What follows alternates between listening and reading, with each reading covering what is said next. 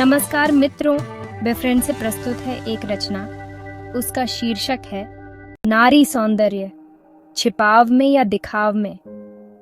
बंद हो मुट्ठी तो लाख की और खुल गई तो फिर खाक की।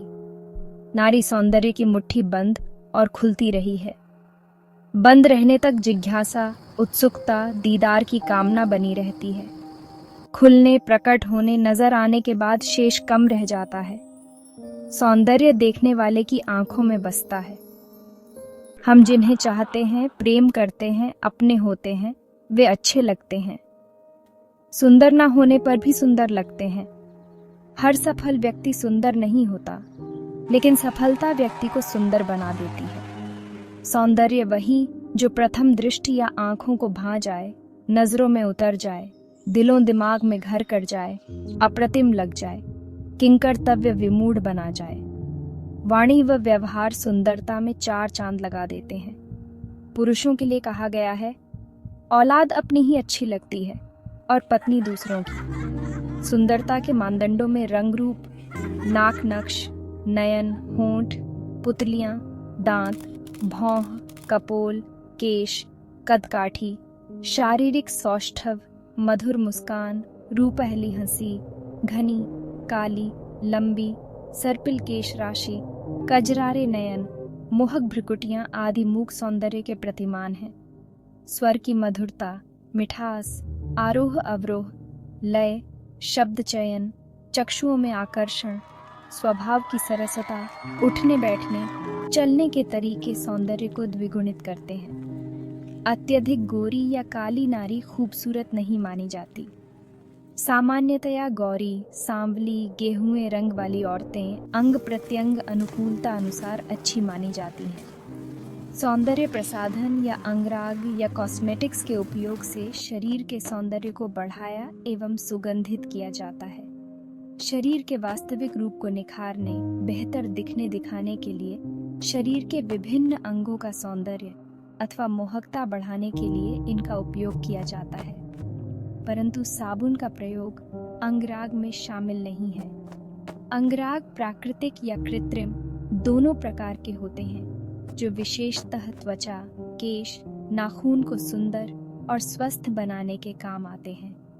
ये शरीर की गंध को सुगंध में परिवर्तित कर सौंदर्य वृद्धि करने के लिए लगाए जाते हैं। शरीर के किसी अंग पर सौंदर्य प्रसाधन लगाने को मेकअप कहते हैं। इसे शरीर के सौंदर्य को निखारने के लिए लगाया जाता है। मेकअप की संस्कृति पश्चिमी देशों से आरंभ होकर भारत सहित पूरे विश्व में फैल गई है। मेकअप कई प्रक्रियाओं की एक श्रृंखला है, जो चेहरे या संपूर्ण देह की छवि को बदलने का प्रयत्न करती है। ये किसी प्रकार की कमी को ढकने या छुपाने के साथ साथ सुंदरता को उभारने का काम भी करती है। प्राचीन काल में राजा महाराजा, उनकी रानियां, विवाह, विशेष अवसरों पर उबटन, हल्दी, चंदन के लेप का इस्तेमाल कर मेकअप किया जाता रहा है। वर्तमान में यह आम बात हो गई है। मेकअप के लिए महिलाएं nail polish, lipstick, cream, powder, खुशबूदार तेल, शैम्पू, सुगंधित साबुन का इस्तेमाल करती हैं एवं ब्यूटी पार्लर जाती हैं, जहां eyebrow, facial, manicure, pedicure, hair cutting आदि होते हैं। आजकल पुरुषों में भी यह चलन आम हो गया है। इनके अलावा भी स्वयं को सुंदर एवं दूसरों से अलग दिखाने के लिए कई एसेसरीज का इस्तेमाल किया जाता है, यथा बालों की स्टाइल, कड़े, जूते, फ्रेंडशिप बेल्ट, लच्छा, धागा आदि। जहां पहले लोग स्वयं को शालीन, शिष्ट, संभ्रांत दिखाना पसंद करते थे, वहीं अब खूंखार, खतरनाक, खरा साबित करना चाहते हैं। सौंदर्य शरीर की बनावट, कदकाठी, नाक नक्श, स्वभाव आदि कई विशेषताएं जन्म के साथ वंशानुगत मिलती हैं। बुद्धिलब्धि ईश्वर प्रदत्त होती है। तौर तरीके, आचार विचार, सभ्यता, संस्कार, भाव विचार कुछ हद तक पालन पोषण व परवरिश पर निर्भर करते हैं। शरीर और स्वभाव से जुड़े अनेक कारक ऐसे हैं जिनकी मौलिकता में चाहकर भी कोई बदलाव नहीं कर सकते, परिष्कार कर सकते हैं। संगत से रंगत बदली जा सकती है। संपूर्ण जगत में मनुष्य के अलावा कोई अन्य प्राणी, जानवर, पक्षी नहीं है जिन्हें सुंदरता की चाह हो। प्रकृति ने उन्हें जैसा भी बनाया स्वतः सुंदर है, लेकिन मनुष्य में स्वयं को अलग दिखने दिखाने सौंदर्य की ललक बनी रही है। समस्त चराचर में मनुष्य ही ऐसा प्राणी है जिसके लिए असंभव कुछ भी नहीं। वह चाहे तो क्या नहीं हो सकता। आज मनुष्य के विकास, आविष्कार, अनुसंधान पर दृष्टिपात करें तो मानना पड़ेगा कि उसने हर क्षेत्र में युगांतरकारी प्रगति एवं परिवर्तन किए हैं। जब वह मनुष्य का लिंग बदल सकता है तो सौंदर्य तो बहुत छोटी बात हो जाती है। प्राचीन काल से ही नर ने नारी को भोग की वस्तु समझा है तथा स्थावर संपत्ति की भांति उपयोग किया है। शिक्षा, सभ्यता, प्रौद्योगिकी के विकास ने नारी की स्थिति में आमूलचूल परिवर्तन किया है, जबकि शताब्दियों से इसे वस्तु की तरह माना जाता रहा है। इसकी खरीद फरोख्त, दासी, नौकरानी, गुलाम, नर के हुक्म की तामील करने वाली पैर की जूती मानी जाती रही है। पुरुष प्रधान देशों की दुनिया है जिसमें नारी की इच्छा अनिच्छा, पसंद नापसंद, स्वतंत्रता का महत्व नगण्य रहा है, जबकि केवल नारी ही होती है जिसके पास इज्जत है। भावार्थ यह नहीं कि पुरुषों की इज्जत नहीं होती, लेकिन इज्जत शब्द का जिस अर्थ में प्रयोग माना जाता है वह नारी के पास है। नारी गलत करे तो इज्जत तिरोहित हो जाती है। पुरुष 10 जगह भी जाए तो कुछ नहीं होता, क्योंकि उसके लिए इज्जत का महत्व उतना नहीं होता जितना नारी के लिए। नारी का कामकाज, रहन सहन, पहनना ओढ़ना, खाना पीना, सजना संवरना, आना जाना पुरुषों की आदेशा निर्देशानुसार रहा है। इसे पर्दे के पीछे रखा जाता था। कई देशों में आज भी इसे खुले में घूमने, बाहर निकलने की आजादी नहीं है। इसे सिर से पांव तक ऐसे कपड़े पहनने होते हैं कि नाखून तक नजर नहीं आ सकता। पुरुष प्रधान समाज में नर के पीछे नारी को माना है। नर के बिना नारी का अस्तित्व नहीं स्वीकारा गया। सती प्रथा, दहेज में नारी को दासी के रूप में देना, गोली, रखैल, वेश्यावृत्ति, भिखारिन आदि भूमिकाएं सर्वविदित हैं। महाभारत काल में एक नारी के 5 पति होना, जुए में नारी को दांव पर लगाना इसकी दयनीय स्थिति का द्योतक है।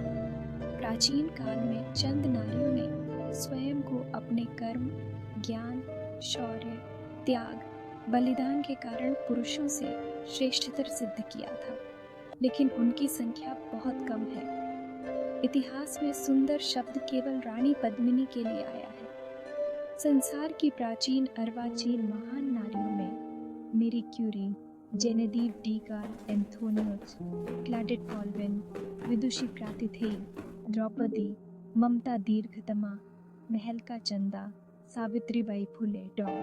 रखमाबाई, आनंदीबाई जोशी, ताराबाई शिंदे, रजिया सुल्तान, अहिल्याबाई होलकर, इंदिरा गांधी, सरोजिनी नायडू, मीरा कुमार, बेगम हजरत महल, गार्गी, मैत्रेयी, रानी लक्ष्मीबाई, सीता आदि। इतिहास पुरुषों का रहा है व उन्होंने अपने हिसाब से इतिहास लिखा, लिखवाया। विगत कुछ दशकों में सोच में परिवर्तन हुआ है। नारी को समानता का दर्जा दिया जाने लगा है।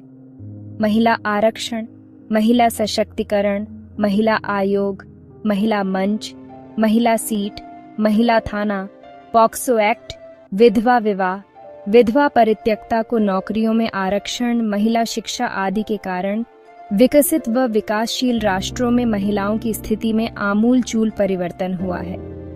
पहले नारी घर की 4 दीवारी में सीमित थी। बेटे और बेटी में भेद किया जाता था, किंतु नारी की अदम्य शक्ति, प्रतिभा, सहनशीलता, जनन क्षमता, सुंदरता से भलीभांति परिचित नर ने नारी को सिर से पैर तक छोटी, नथ, नाक का कांटा, कान की बालियां, गले में धागा, मंगलसूत्र, चैन, बाजूबंद, चूड़ी, अंगूठी, कमरबंद, कंधोरा, पायजेब, बिछुड़ी आदि पहनाकर छिद्र करा बांधने व कमजोर करने की साजिश रची। नारी के मन मस्तिष्क में यह बिठा दिया कि इनसे उसके सौंदर्य में 4 चांद लग जाते हैं। बिना सजे संवरे, आभूषण के वह सुंदर नहीं दिखेगी। लेकिन देखने वाला कौन है? तो पुरुष ही। नारी के वस्त्र भी पुरुष ने निर्धारित किए कि वह किस में अच्छी लगेगी और किस में नहीं। उसने अपने लिए शरीर की बनावट अनुकूल परिधान रखे, जबकि नारी के ब्लाउज जिसमें आधा शरीर दिखता है, ओढ़नी साड़ी, घाघरा पेटीकोट, खुद के छोटे बाल, उसके बड़े लंबे जिनको संभाल कर चलना, काम करना मुश्किल है। उसने वस्त्र, वाणी, व्यवहार से नारी को दबाकर रखा। आज नारी जो कुछ भी है वह अपने बलबूते हैं। जीवन के हर क्षेत्र में जीतकर उसने सिद्ध कर दिया है कि वह पुरुषों से किसी भी स्तर पर कम नहीं है, बल्कि बढ़कर है, और यही पुरुष प्रधान समाज की टीस है। ज्वलंत प्रश्न ये है कि नारी सौंदर्य छिपाव में है या दिखाव में? उत्सुकता, रहस्य, गरिमा, सभ्यता, संस्कृति, सम्मान, अदब, एहसास, अंदाज, आकर्षण, सौंदर्य की सुगंध छिपाव में है, नुमाइश की न्यूनता में है। दिखाव में तो अंग प्रदर्शन, अश्लीलता, उत्प्रेरणा, बलात्कार, छेड़खानी, आवारगी, उपेक्षा, अमर्यादा, अंधापन, फूहड़ता है। नर नारायण का प्रतीक है तो नारी शक्ति, सौंदर्य, स्नेह, सेवा, समता, सम्मान, सौम्या, शान, सहिष्णुता, शीतलता, सामंजस्य, सत्कार का। बिन नारी नर का जीवन अधूरा व सौंदर्य रहित है। न केवल नर के जीवन में बल्कि संपूर्ण जगत में वह अप्रतिम सौंदर्य का स्रोत है। नारी अपने सौंदर्य से नर के जीवन में हर कदम पर, हर क्षेत्र में समर्पण भाव से आभा बिखेरती है। सत्यनिष्ठा, सच्चरित्र व पति को परमेश्वर का दर्जा नारी ही दे सकती है, कोई और नहीं। नारी के सौंदर्य की गरिमा बनाए रखने के लिए भोजन, भोग और भजन एकांत में ही करना चाहिए।